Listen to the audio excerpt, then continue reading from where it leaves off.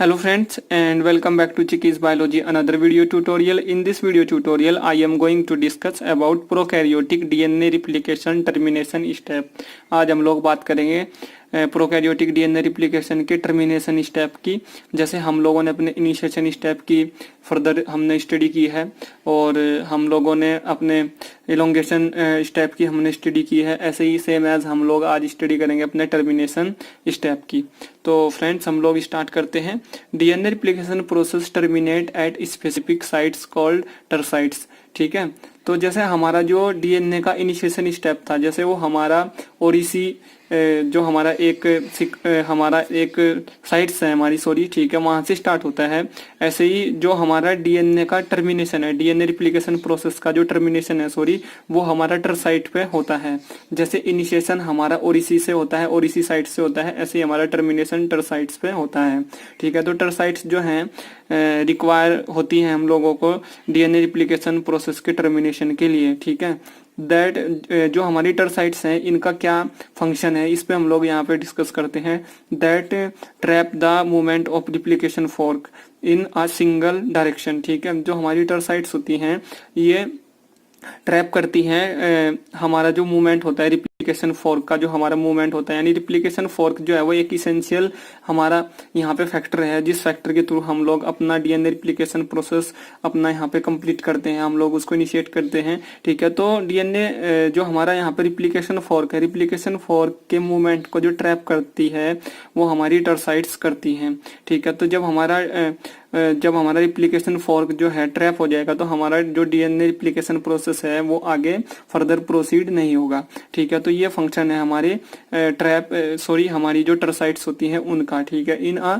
Single direction. और आप लोगों को ये क्रूशियल पॉइंट आप लोगों को हमेशा रिमेम्बर रहना चाहिए आप लोगों के माइंड में कि ये सिंगल डायरेक्शन में ट्रैप करती हैं इसको। और ये जो पॉइंट्स होते हैं इस तरह के कई बार हमारे बहुत सारे कॉम्पिटिटिव एग्जाम्स में अब से पहले पूछे जा चुके हैं और आगे भी इनकी पॉसिबिलिटी है कि ये आगे पूछे जा सकते हैं। तो आप लोगों को हमेशा ये रिमेम्बर रखना है अपने माइंड में। ठीक है, तो हम लोग बात करते हैं टर्साइट्स के बारे में। क्या होती हैं टर्साइट्स, व्हाट इज टर्साइट्स? तो ter sites are 22 base pair long specific nucleotide. ठीक है, ये भी एक तरह के न्यूक्लियोटाइड सीक्वेंस ही होते हैं, स्पेसिफिक न्यूक्लियोटाइड सीक्वेंसेस होते हैं। ठीक है, trap replication fork at ter sites and recognise by Tus protein. ठीक है, टस प्रोटीन का इन्वॉल्वमेंट होता है टर्साइट्स के रिकॉग्निशन के लिए।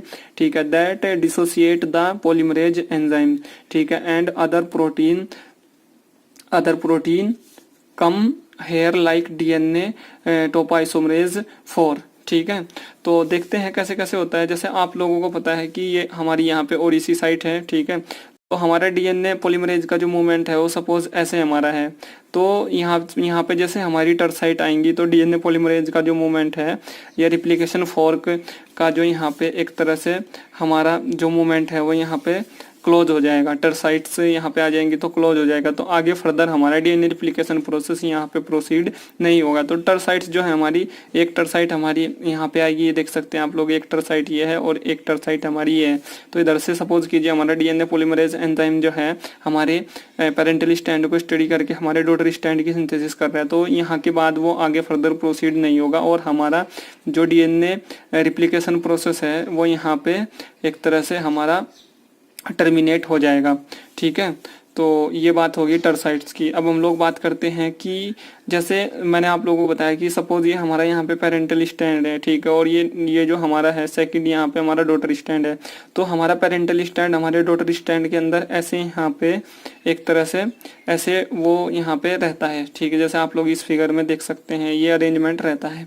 ठीक है, अब हम लोगों को क्या करना है कि अपने अपने पेरेंटल स्टैंड को अपने डॉटर स्टैंड से अलग करना है। ठीक है, तो हम लोग क्या करते हैं, इसको ट्रीट कराते हैं डीएनए पॉलीमरेज एंजाइम 4 से, जो हमारा एक तरह का टाइप 2 टोपाइसोमरेज एंजाइम है। ठीक है, टाइप 2 डीएनए टोपाइसोमरेज एंजाइम है। ठीक है, तो ये क्या करेगा, यहाँ पे डबल स्टैंड पे कट मारेगा। ठीक है, जब कट मारेगा तो ऐसे जैसे आप लोग देख सकते हैं कि अगर एक सर्कल हमारा दूसरे सर्कल के अंदर हो तो हम लोग उसको ऐसे कट मार के यहाँ पे निकाल सकते हैं। ठीक है, तो ये हमारा यहाँ पे पेरेंटल स्टैंड हम लोगों को मिल जाएगा और हमारे यहाँ पे सेपरेट हम लोगों को डॉटर स्टैंड हमारा मिल जाएगा। तो ये पूरा मैकेनिज्म है एक तरह से प्रोकैरियोटिक डीएनए रिप्लिकेशन टर्मिनेशन का। हमने अपने इनिशिएशन स्टेप की बात की थी, हमने अपने जो हमारा इलोंगेशन स्टेप था हमने उसकी बात की थी। सेम एज ऐसे आज हम लोगों ने अपने जो हमारा यहाँ पे टर्मिनेशन स्टेप है उसकी हम लोगों ने बात की है। ठीक है, तो आई होप फ्रेंड्स ये वीडियो आप लोगों के लिए हेल्पफुल होगी। इस वीडियो से रिलेटेड अगर आपका कोई क्वेश्चन है, आपकी कोई क्वेरी है, तो आप लोग उसको वीडियो के नीचे कमेंट बॉक्स में टाइप कर सकते हैं। मैं आपकी हर एक प्रॉब्लम को सोल्व करने की कोशिश करूंगा। और अगर आप लोग चाहते हैं कि मैं फ्यूचर में भी आप लोगों को ऐसी वीडियोस प्रोवाइड कराता रहूं, तो प्लीज़ फ्रेंड्स मेरे चैनल को सब्सक्राइब करना न भूलें।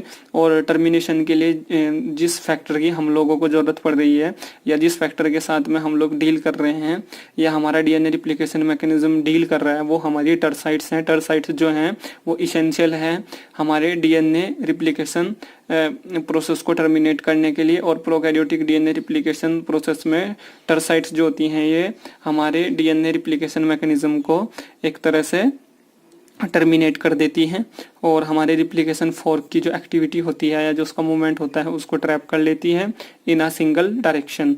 ये आप लोगों को ऑलवेज अपने माइंड में रिमेंबर रखना है। इस तरह के जो पॉइंट्स होते हैं वो हमारे जो बहुत सारे कॉम्पिटिटिव एग्जाम्स होते हैं, लाइक हमारा, ठीक है, जैसे आप लोगों को पता है GATE by technology exam, CSIR NET life sciences exam, DBT GRF exam, ठीक है, और भी अदर हमारे बहुत सारे एग्जाम्स होते हैं। तो उन सभी एग्जाम्स में इसी तरह के पॉइंट्स जो हैं पूछे जाते हैं और मैं आप लोगों के लिए ऐसी वीडियोस आगे भी फ्यूचर में लेके आता ही रहूँगा।